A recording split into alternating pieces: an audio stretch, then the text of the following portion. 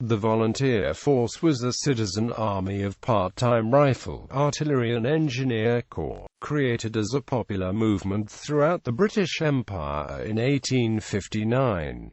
Originally highly autonomous, the units of volunteers became increasingly integrated with the British Army after the Childers reforms in 1881, before forming part of the Territorial Force in 1908. Most of the regiments of the present Territorial Army Infantry, artillery, engineers and signals units are directly descended from volunteer force units.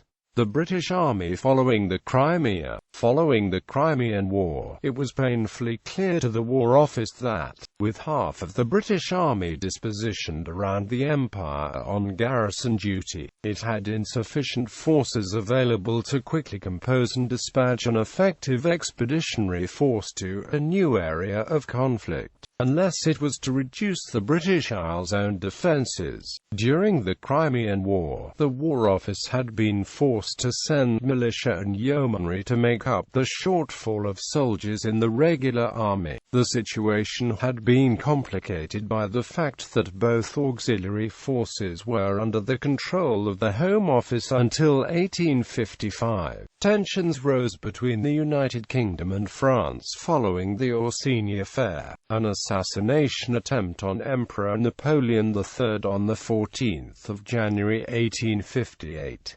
It emerged that the would-be assassin, Felice Orsini, had traveled to England to have the bombs used in the attack manufactured in Birmingham. The perceived threat of invasion by the much larger French army was such that, even without sending a third of the army to another Crimea, Britain's military defences had already been stretched invitingly thin. On 29 April 1859, war broke out between France and the Austrian Empire, and there were fears that Britain might be caught up in a wider European conflict. Creation of the Volunteer Force.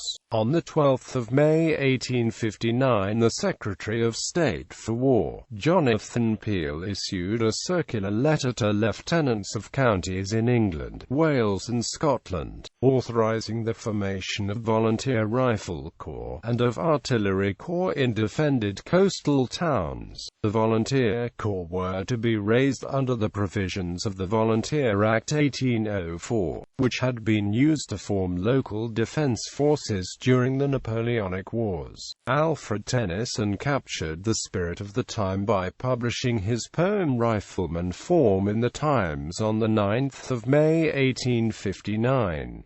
As a basis for the units, many communities had rifle clubs for the enjoyment of the sport of shooting. Corps were only to be formed on the recommendation of the county's Lord Lieutenant. Officers were to hold the commissions from the Lord Lieutenant. Members of the corps were to swear an oath of allegiance before a Justice of the Peace, Deputy Lieutenant, a commissioned officer of the corps. The force was liable to be called out in case of actual invasion, or of appearance of an enemy in force on the coast, or in case of rebellion arising in either of these emergencies.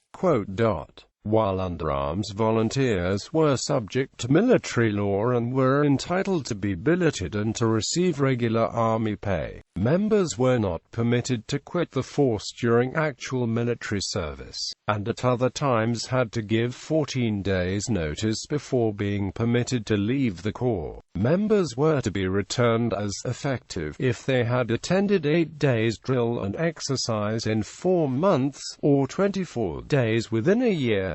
The members of the corps were to provide their own arms and equipment, and were to defray all costs except when assembled for actual service. The volunteers were also permitted to choose the design of the uniforms, subject to the Lord Lieutenant's approval. Although volunteers were to pay for their own firearms, they were to be provided under the superintendence of the War Office, so as to ensure uniformity of gauge. The number of officers and private men in each county and corps was to be settled by the War Office, based on the Lord Lieutenant's recommendation.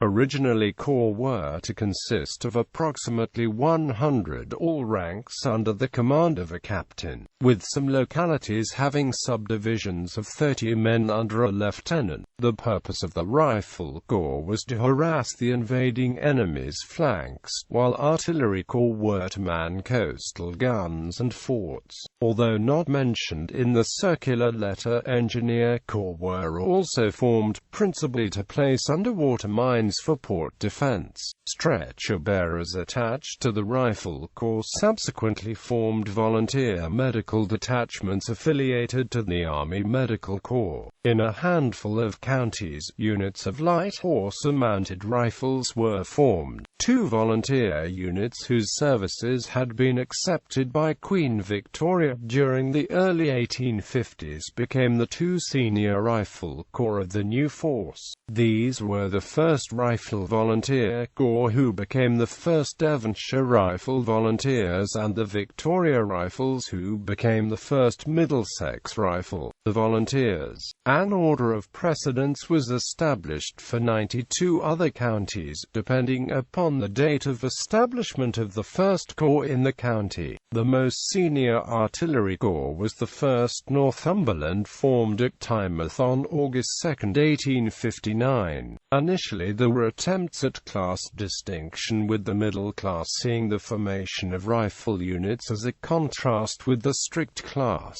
divide between the officers of the gentry and the other ranks of the working class and farm labourers of the militia and the standing army. Some also compared the initiative, small unit tactics and marksmanship principles of rifle regiments of the Napoleonic Wars compared with the linear tactics of the standing army. Many units initially favoured green and grey rifleman uniforms as opposed to the red coats of the army and militia. In turn, the army was glad not to have amateur volunteers wear the scarlet of the regulars. The provisions of the volunteers having to purchase their own rifles and uniforms was felt by some to exclude the lower classes. Unlike regular rifle regiments, the volunteer units had colours often made and presented by the women of the community. These were unauthorized, however, with the volunteer regulations stating neither standards nor colors are to be carried by corps on parade. The volunteer force is composed of arms to which the use is not appropriate. Consolidation. A large number of small independent corps proved difficult to administer, and, by 1861, most had been formed into battalion-sized units, either by consolidation, increasing an existing corps to battalion size, or by forming administrative battalions of brigades by the grouping of smaller corps. An official book of drill and rifle instructions for the Corps of Rifle Volunteers and volunteer regulations were published in 1859 and 1861, respectively. Cadet Corps. From 1860, Cadet Corps were also formed, consisting of school-age boys, which were the forerunners of the Army Cadet Force and Combined Cadet Force. Like the adult volunteers, the boys were supplied with arms by the War Office, for which they had to pay a fee, which reduced the longer they remained members. Cadet Corps were usually associated with private schools. They paraded regularly in public. Royal Commission of 1862. In 1862, a Royal Commission chaired by Viscount Eversley was appointed to inquire into the condition of the volunteer force in Great Britain and into the probability of its continuance at its existing strength. According to the report, as of the 1st of April 1862, the volunteer force had a strength of 162,681, consisting of 662 light horse, 24,363 artillery, 2,904 engineers, 656 mounted rifles, 134,096 rifle volunteers, of whom 48,796 were in 86 consolidated battalions and 75,535 in 134 administrative battalions. The report made a number of recommendations and observations on funding and training. The costs of setting up the volunteer corps had largely been met by public subscription and assistance from honorary members. However, the uniforms and equipment were reaching the end of their lives, and the cost of replacement would have to be met by the volunteers themselves, which was likely to lead to many members leaving the force. In order to rectify this problem, the Commission proposed a government grant of 20 shillings per man, but only on production of a certificate that he had satisfactorily attended a prescribed number of drills in the previous 12 months, had gone through a course of musketry or gunnery instruction, and was present at the annual inspection by a general officer. Grants were not to be made where on inspection the volunteer was clearly inefficient, or where his rifle had not been properly maintained. Corps that received the grant were to be entitled to spend it on headquarters, drill grounds and halls, transport, maintenance of arms, uniforms and accoutrements.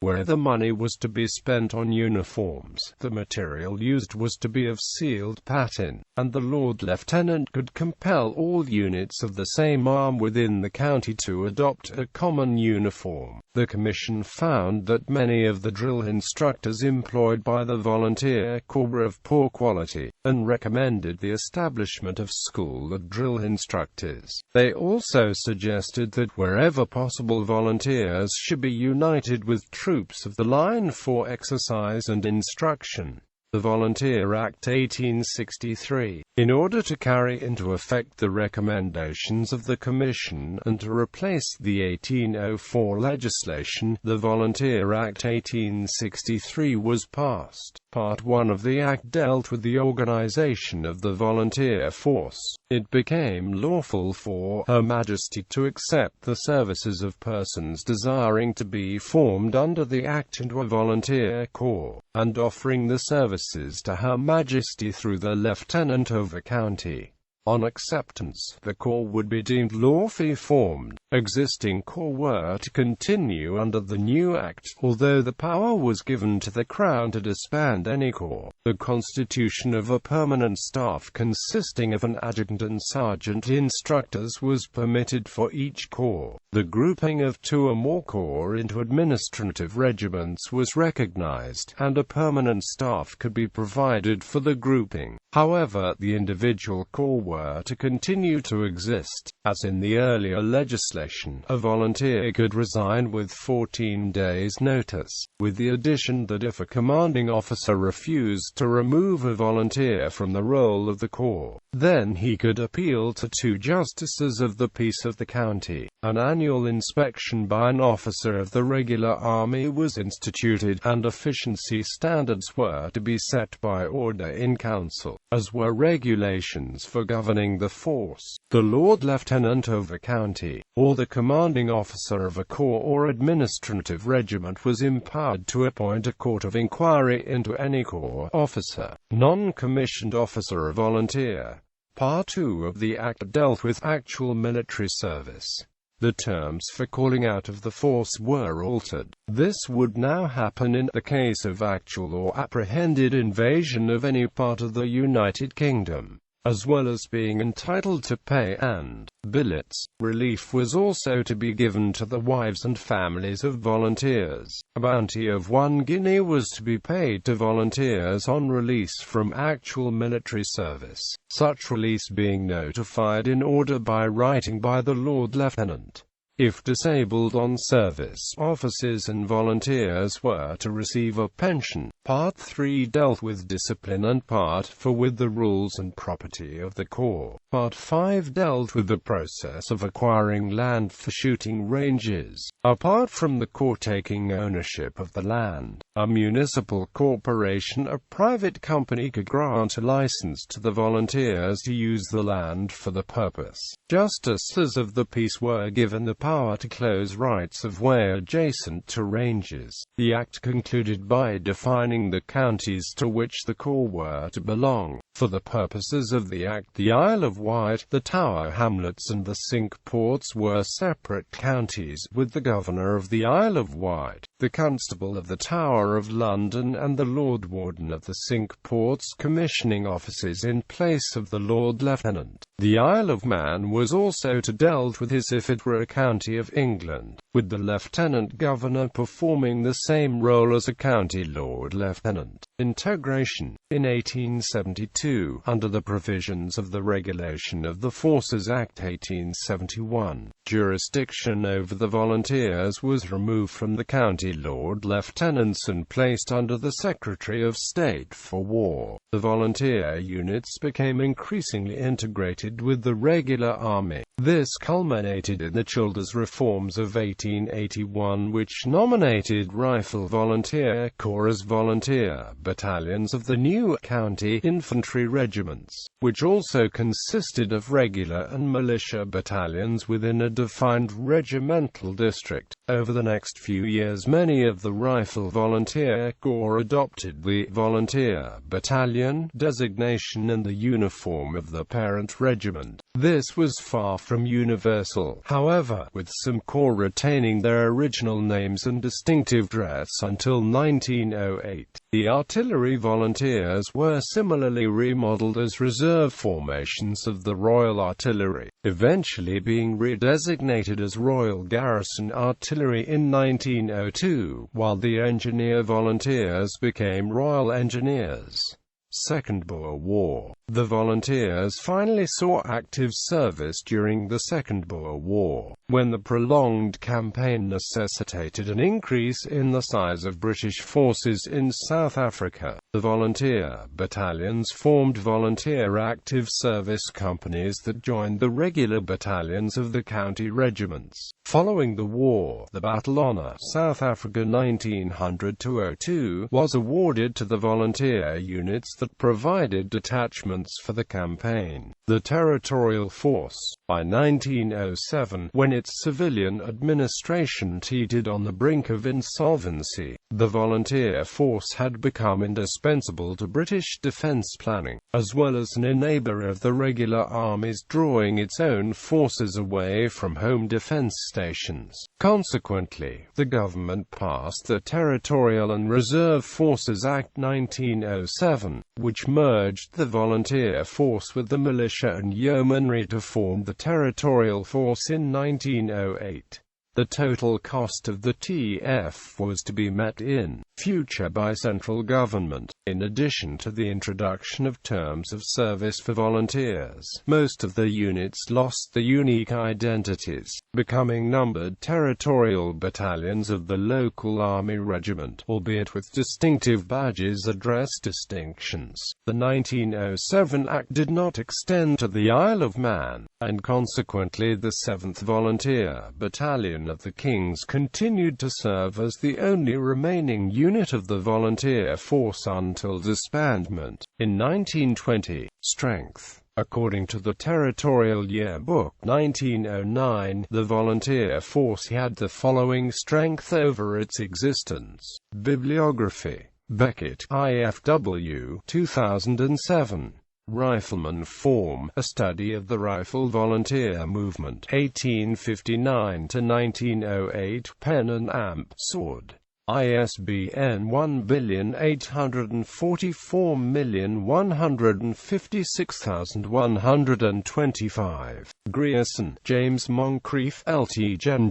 1909. Records of the Scottish Volunteer Force, William Blackwood and Sons. Wyatt, Robert J. Collecting Volunteer Militaria. Newton Abbott, David and Amp, Charles. ISBN 0715362968.